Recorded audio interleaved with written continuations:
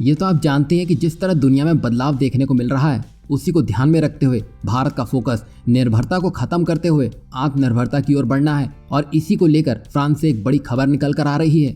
ये तो आप जानते हैं कि भारत मेक इन इंडिया के साथ आगे बढ़ रहा है।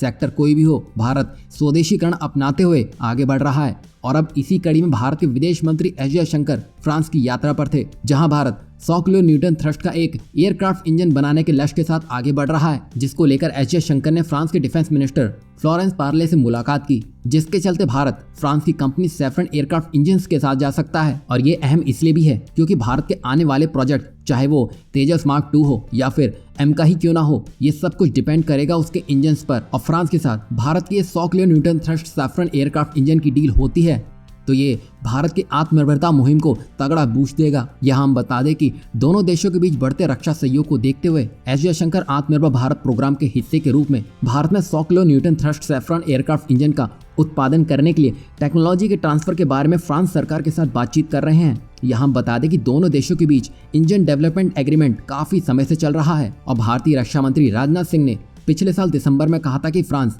भारत में रक्षा निर्माण क्षेत्र में देश की आत्मनिर्भरता बढ़ाने के लिए संयुक्त रूप से विमान के इंजन का उत्पादन करने के लिए सहमत हो गया है। वहीं अब भारत मेक इन इंडिया और आत्मनिर्भर भारत जैसी योजनाओं से रक्षा क्षेत्र को जोड़ते हुए वैश्विक महाशक्ति बनने की ओर अग्रसर हो चुका है।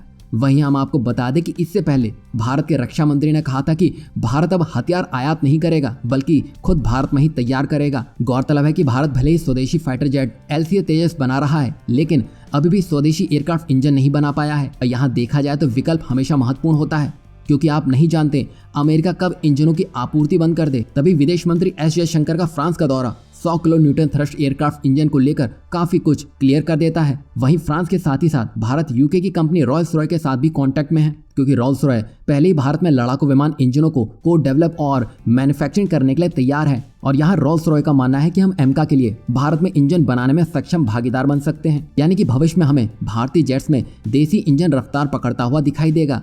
लक्ष्य बड़ा है, पर भारत जिस तरह से आगे बढ़ रहा है वो लक्ष्य भी जल्दी हासिल करता हुआ दिखाई देगा।